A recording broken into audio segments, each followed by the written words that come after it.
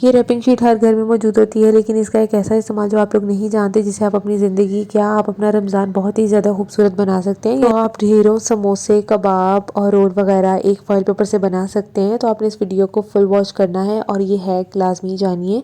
चलते हैं tip number 1 की तरफ। टिप नंबर 1 जी मेरी ये दाल को लेकर के है। जो भी मूँग की दाल या मूँग मसर की दाल हम लोग बनाते हैं ना, तो घर में बच्चे इतने शौक से नहीं खाते, लेकिन ये टिप सहरी के लिए बहुत ज़्यादा बेस्ट है। यानी अगर आप इस तरह से आटा ले लेंगे ना और आटे के अंदर इस तरह से दाल डाल करके गूंद लेंगे ना, और इसके अंदर आपने अपने हिसाब से यानी हस्बे ज़रूरत मिर्च मसाले वगैरह डाल लेने हैं। इससे ये होगा कि दाल भी ज़ाया नहीं होगी और मज़ेदार से पराठे बन जाएंगे आपकी सहरी के लिए। तो ये सहरी के लिए टिप बहुत ज़्यादा ज़बरदस्त है। कभी कभी क्या होता है कि सादा पराठा खा करके ना इंसान बोर हो जाता है, तो अगर आप ये भी ट्राई करें ना, ये भी बहुत ज़बरदस्त है। जब भी दाल सालन ज़्यादा बनाए ना, आप इस तरह से मूंग मसर की दाल या मूंग की दाल को आटे में डाल करके लाजमी गूंद करके ट्राई कीजिएगा। ये बहुत ही मज़ेदार लगता है और सहरी में खाने में तो और भी ज़्यादा टेस्टी लगेगा। तो है ना ये ज़बरदस्त सी टिप, और ये ज़बरदस्त सा है, चीज़ भी ज़ाया नहीं हुई और हमारा काम भी बहुत ही ज़्यादा मज़े मज़े का हो गया। चलते हैं जी टिप नंबर 2 की तरफ। यहाँ पर क्या होता है ना कि हमारे पास इस तरह से खजूरें पड़ी होती हैं। हम लोग ना इफ्तार के लिए जो भी खजूर लेकर के आते हैं ना, तो फिर क्या होता है ना कि हमें वो धो करके इस्तेमाल करनी चाहिए। बिल्कुल भी उस तरह से इस्तेमाल नहीं करनी चाहिए। मैं खजूरों को इस तरह से स्टोर करती हूँ, इनको पहले अच्छे से वॉश कर लेती हूँ। 1 बाय 1 भी आप अच्छे से धोना, क्योंकि हाथ लगे हुए होते हैं गंदे, और जिस तरह से ये बाहर पड़ी होती हैं या अगर शॉप्स से भी आप लेकर के आते हैं ना, तो वहाँ पर शॉप्स पर भी इसी तरह पड़ी होती हैं, या जिस डिब्बे में होते हैं वो भी साफ़ नहीं होता। तो आपने ना इसको अच्छे से वॉश कर लेना सबसे पहले गर्म पानी से, और फिर इस तरह किसी भी टोकरी में डाल करके उसके नीचे प्लेट रख देंगे ना, तो ये इजीली आप अच्छे से स्टोर कर सकते हैं और पूरा रमज़ान इन्हें एंजॉय कर सकते हैं। चलते हैं जी टिप नंबर 3 की तरफ। यहाँ पर क्या होता है ना कि सहरी में बहुत ज़्यादा अफरा तफरी मची हुई होती है, यानी कि आपने काफ़ी कुछ बनाना होता है।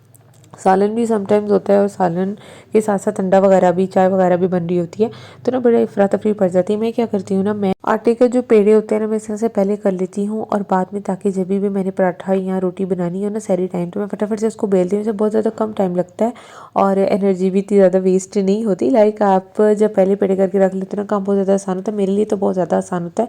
So just had a thought कि आपके साथ शेयर करूँ। अगर आप भी ऐसे करके रख लेंगे ना, खासतौर पर जिनके बच्चे हैं, उनके लिए बहुत ज़्यादा आसानी हो जाएगी, वो अपना काम फटाफट से कर सकेंगी।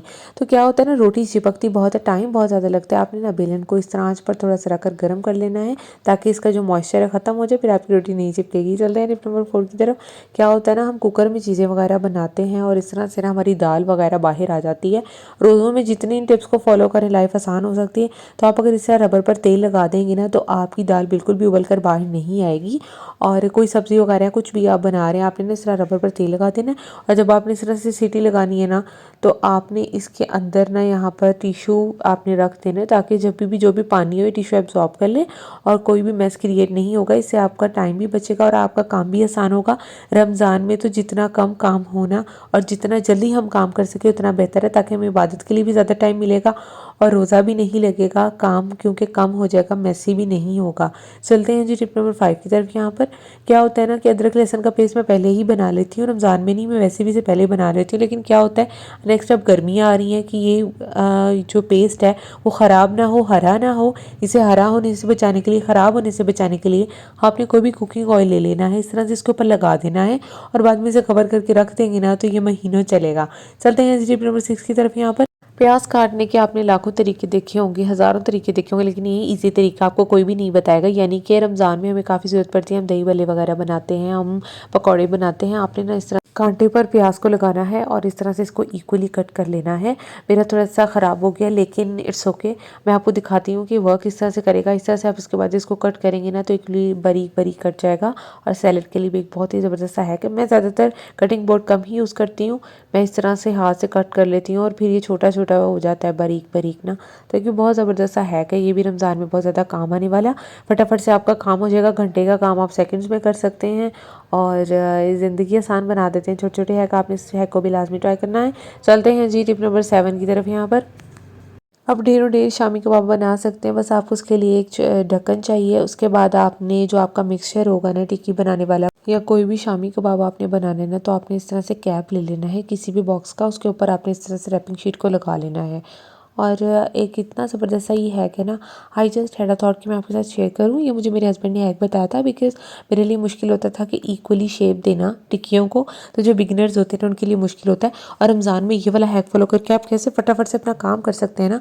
हमने शामी कबाब वगैरह भी फ्रीज़ करने होते हैं ना, तो ये फ्रोज़न प्रोडक्ट्स के लिए बहुत ही ज़बरदस्त सा एक हैक है और आप इसको लास्ट में फॉलो करिएगा। इस तरह से ना अपने कैप के ऊपर इसको लगा लेना है अच्छे से, और फिर इसको कैप के ऊपर लगाने के बाद ना जब आप इसको निकालेंगे ना, तो ये आराम से बहुत ही ज़बरदस्त तरीके से ना निकल जाएगी ये टिक्की, और बिल्कुल भी इस कैप के साथ भी नहीं चिपकेगी, और बहुत ही ज़बरदस्त इसकी शेप भी आ जाएगी। तो ये देख सकते हैं आप।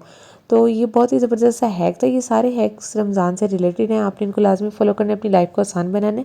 जो चैनल पर नए हैं मेरे चैनल को सब्सक्राइब कर लें और वीडियोस को फुल वॉच किया करें, शेयर भी करिएगा फ्रेंड्स के साथ। कमेंट सेक्शन में बताइएगा आपके लिए कौन सा जो हैक है, टिप है, वर्क किया है। और यहाँ पर मैं दूसरा भी इसी तरह ही बना लूँगी, और ये फटाफट से काम हो जाता है एक रैपिंग शीट की मदद से, और ये इतनी सस्ती आती है। और आप फटाफट से इस तरह, ये तो मैं आपको दिखाने के लिए बड़े आराम से कर रही हूँ, लेकिन फटाफट से आप इस पलट पे लगा करके, और जब आप रैपिंग शीट को इस तरह से निकालेंगे तो आराम से आपका काम हो जाएगा। और ये जो कबाब है या कोई भी आप किसी किस्म की टिक्की है, ये आलू वाली टिक्की मैं बना रही थी, मेरे से बहुत ही ज़्यादा मुश्किल से शेप बनती है, दूसरे से वो इक्वल भी नहीं होती। तो ये बहुत ही ज़बरदस्त हैक है, इसको आपने लाजमी फॉलो करना है। और आप सबको मेरी तरफ से रमज़ान बहुत बहुत ज़्यादा मुबारक हो। मुझे भी अपनी दुआओं में याद रखिएगा। जो भी मेरी वीडियोस को देख रहे हैं, अल्लाह पाक आप लोगों को बहुत ज़्यादा खुशियाँ दे, आप लोगों के रोज़ों को कबूल करे। तो आपने बहुत ज़्यादा इबादतें करनी हैं, अपने वक्त को बचाना है, और वो तो पॉसिबल भी इसी तरह से है ना कि अगर हम छोटे छोटे से टिप्स और हैक्स को फॉलो कर लें तो हमारी लाइफ बहुत ज़्यादा आसान हो जाती है, और महीनों महीने हम लोग सुकून में रहते हैं। क्योंकि वो क्या है ना कि हमें शॉर्टकट किसी भी चीज़ का पता चल जाए तो फिर इंसान की ज़िंदगी तो खुद ब खुद आसान हो जाती है। तो मुझे अपनी दुआओं में याद रखिएगा। और ये शामी कबाब और ये मेरे परफेक्ट शेप वाले जो टिक्कियाँ थी मैंने आलू की बनाई, वो आपके सामने है, और आप भी इसको लाजमी फॉलो करिएगा। बिगनर्स के लिए ये एक परफेक्ट टिप है, मुझे पहले नहीं पता था, मुझे खुद दबा के पता चला है। मिलते हैं जी अगली वीडियो में, तब तक के लिए अल्लाह हाफ़िज़।